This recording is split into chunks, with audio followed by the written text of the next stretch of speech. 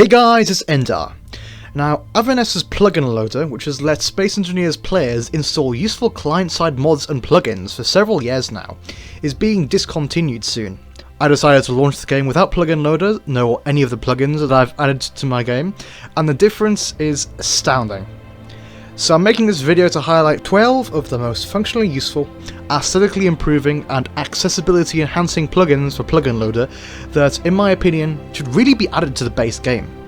Number 1. Jump Selector. The first one is the most used plugin on this list, and in my opinion, one of the most useful plugins of all time. Jump Selector by Dude adds a new toolbar action to the jump drive that opens a dialog box which allows you to select where you want to jump to. It's much faster than pressing K, searching for jump drive, selecting it in the terminal, then selecting your location, and you can fine-tune the distance of your blind jumps far easier. It's easier to estimate the distance to planetary gravity when you can quickly enter new blind jump distances. If Keen thinks this is OP for whatever reason, then I have thought of a different way Jump Selector could sort of be embedded into the game. A toolbar action for all blocks of the terminal, not just the jump drive, that, when pressed, opens the terminal menu of that block.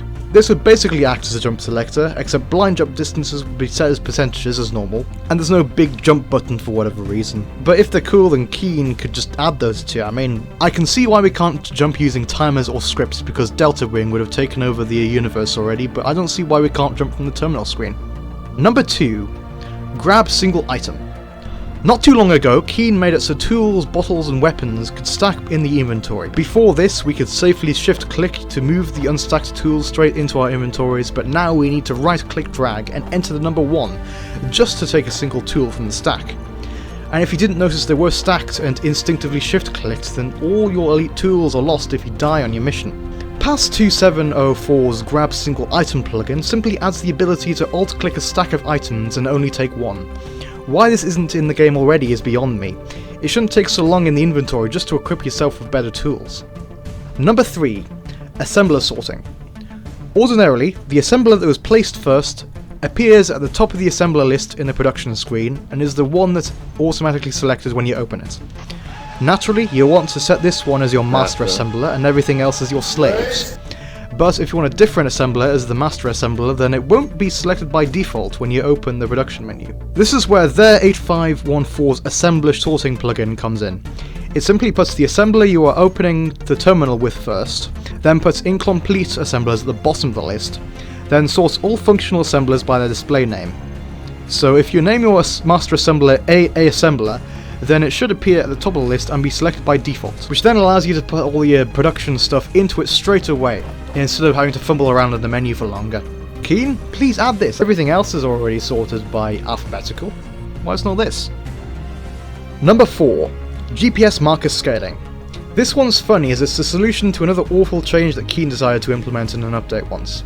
A while back, Keen decided that GPS markers should take up the same proportion of your screen no matter your monitor size, and people with larger monitors came back to see that their GPS markers looking absolutely massive and extremely intrusive, being constantly in the way of everything. This was actually one of the first plugins I ever downloaded. Western Gamer's GPS marker scaling plugin lets you change the scale of GPS markers to whatever size you want. This helps to reduce HUD clutter a lot. Keen should really add a scale slider to the settings at least. Number 5. Respawn Screen Performance. The respawn screen can be really annoying at times. Imagine a scenario where you just died to a drill on your huge miner. You go to the respawn screen, your miner unloads, then your giant base, which is the first on the respawn list, starts loading in by itself. Then you need to reselect your huge miner and stream it back in again before you can finally respawn on it again. This wastes not only time but also data if you connect it to a server. The game setting auto respawn sort of helps this problem by automatically respawning at the nearest spawn point, but you can't choose to spawn anywhere else, and I don't think anyone actually likes it as it restricts the number of places you can build at. Ideally, the closest spawn point would be at the top of the respawn screen without having to unload and stream it back in again, but I don't think any plugins that do this have been made yet. However, a good workaround is the Respawn Screen Performance plugin by BD Carillo, which adds a blank entry to the top of the respawn screen to avoid streaming in some random grid. Number 6. Hide platform icons. This became a bit of a meme when Keen added crossplay and subsequently platform icons onto the names of everyone connected to a server. including on servers that don't actually support crossplay. Now everyone on Steam servers has a small monitor icon at the beginning of their names in the F3 screen, chat, and even in-game. Thanks, Keen. Luckily, the Hide Platform Icons mod made by plugin loader dev Averness himself hides all platform icons by making them invisible and zero width. If Keen made it so platform icons only appear on EOS crossplay servers, then that would be great. Number 7. No Forced Camera Zoom. Doot's No Forced Camera Zoom plugin basically allows the camera to clip through walls, which is arguably a bit cheaty, but that's not actually the feature in this plugin that I'm talking about today. Take a look at this comparison between turning a ship with the plugin and without. You'll see that with the plugin the crosshair stays mostly still, whereas without it's all over the place. What Keen thinks is a cool little turning effect actually makes it more difficult to aim in third person or to see what's in the direction you're turning towards. Number 8. No HUD tooltips.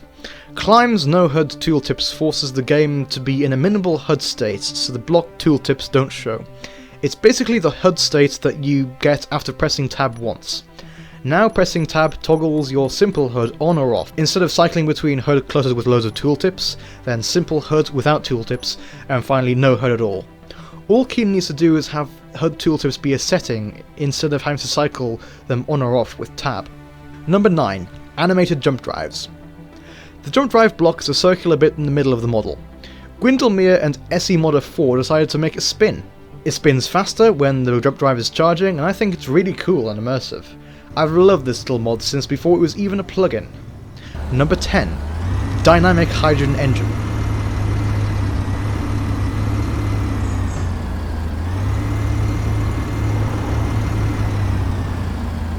Similar to animated jump drives, this one's a really immersive little aesthetic plugin. Dynamic Hydrogen Engine by Garbius makes the pitch and volume of the hydrogen engine block change depending on its power output. Now you can actually rev your engine. Despite having some fantastic music, I do feel like SE is a bit lacking when it comes to sound effects. Number 11. Welder Ice Strain Reduction. The hand welder has some bright flickering effects that you normally can't turn off. You'd expect the game to have this option for people who suffer from epilepsy. Vox Serico's Welder Ice Drain Reduction plugin, which reduces the intense welder flickering lights, really ought to be an option in the base game. According to the mod details, you don't need to be extra photosensitive to feel discomfort from welding for any period of time. Even Zocli has expressed this to be an annoyance over 6 years ago, and it's still a problem. Number 12. GPS Extended. Vengeant Mjolnir's GPS Extended mod lets you create a GPS marker at a specified distance in front of you. I actually use this quite a lot. It would be a small but useful feature if we added to the base game. So basically how it works is you have your enemy ship or whatever you want to get a GPS of right in front of you. Then you open the chat, you type in /xgps, then the distance to the GPS that you want to make in kilometers. For us it's 1.04. And then finally whatever we want to call it. Let's call it Bob. And now we have a GPS called Bob on the enemy ship that's just over a kilometer in front of us. Functionality, accessibility, aesthetic improvements and fixes. In my opinion, all the plugins discussed in today's video should be added to the base game in some form. Plugins have been a godsend to the SE community, but they really highlight how lacking the base game is in some places, especially sound. I might make a separate video on that at some point. Of course, plugins aren't going to be gone for good. The player, Space, is already developing a fork called Pulsar to be a replacement to Plugin Loader, and hopefully the community will create many more awesome plugins in the future. I've been Endar, make sure to like and subscribe and share the video if you agree with what I've been saying in this video. Bye!